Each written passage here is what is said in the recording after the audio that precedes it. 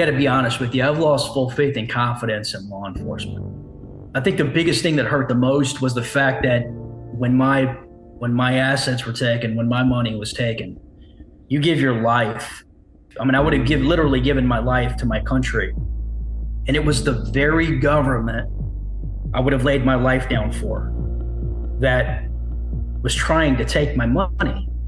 It was the very government that pays me my retirement check every month that was trying to take it away from me. And that does something to you. You know, I was going to visit my daughters from Texas to California at the time, making my way down. I was right outside of Reno and maybe about an hour away from my destination.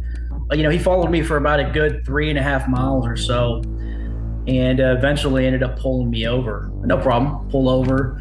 He gets out, he approaches my vehicle, and he says, I applaud you on your driving. You seem to be driving really well. I'm like, okay, it's kind of confusing to me, but thank you. Next thing you know, I'm being pulled out of the car, and they're going through my personal belongings, the vehicle, and everything. So asking me a ton of questions, if I had any bodies in the car, any drugs, anything illegal. And I'm thinking to myself, what is going on here? I have nothing to hide from you guys. And so he asked me if I had any large amounts of cash. As odd of a question as I thought that was, I did inform him I had a large amount of cash.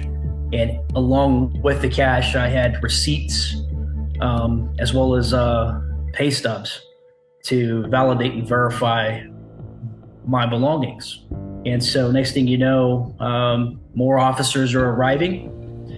There was a drug dog that was brought out. Of course, I wasn't particularly worried about that because I don't have anything to hide. I don't do drugs. I don't deal with drugs. And so they said they got a hit, and they searched my entire vehicle, went through all my belongings. The next thing you know, they're seizing my cash. So it's about $80,000 that was taken from him, which was his life savings from both working in the military, his military pension, and from other jobs he's had since then in the IT field. And so, Stephen at the time distrusted banks, and so he preferred to keep his money in cash, as he has a right to do. Cash is not a crime. The officers told him that they suspected that the money was connected to drugs, but there certainly weren't any drugs in the car. They had no evidence that Mr. Lara had any connection to drugs. And indeed, Mr. Lara doesn't have any connection to drugs, and the government never found it. What was running through my mind at the time, as calm as I may have appeared to have been, I was actually laughing on the inside because I'm like, these guys couldn't have pulled over a worse person. Because one, I'm not going to back down from this. I knew I was going to get my money back. It was just a matter of how. Highway Patrol went out of its way to seize his money and hand it over to the federal government because they knew that they would get to keep the money if the government was able to forfeit it. But they never charged Stephen with a crime, never investigated him with a crime, never had any evidence that he committed a crime. But Stephen lost his life savings for the better part of a year while the government simply held on to it, and he had to file a lawsuit to get it back. The cards are stacked against you. You have time constraints. You have certain things that you have to submit. And if you don't submit those things on time, or you don't know who to submit those things to, then you forfeit your property. There's nothing you can do to get those things back.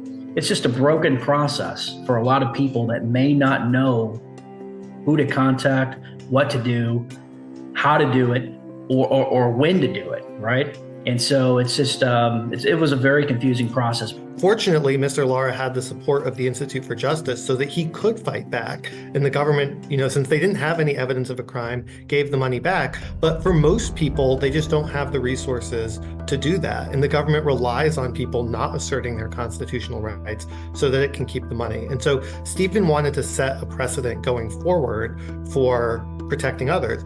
First and foremost, Mr. Lara wants a declaration from the court saying that Nevada law enforcement has to respect the Nevada Constitution, and they can't go around the protections of Nevada law simply by giving the money over to the federal government.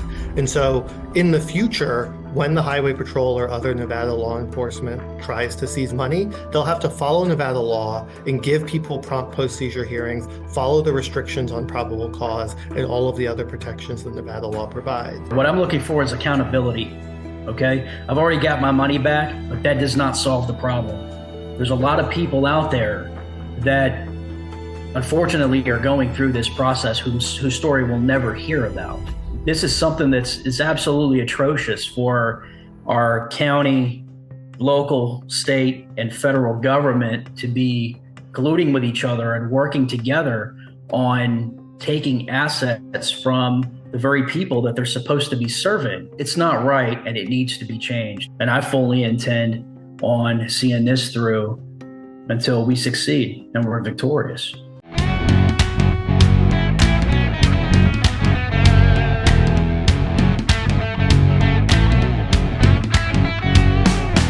When I get home from prison, Kimmy's gonna say, how we gonna earn a living? How we gonna get some pay? I'll reply with a little bit of anger. I'll earn my living as a stolen valor ranger.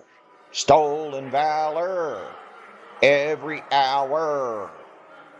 Super chats. That's my power. Blood, sweat, virtual danger. That's the life of a stolen valor ranger. Kaiser, Kaiser, this is your father, the wit, god of bullshit. Go forth amongst the people of the earth and con them out of their money on YouTube.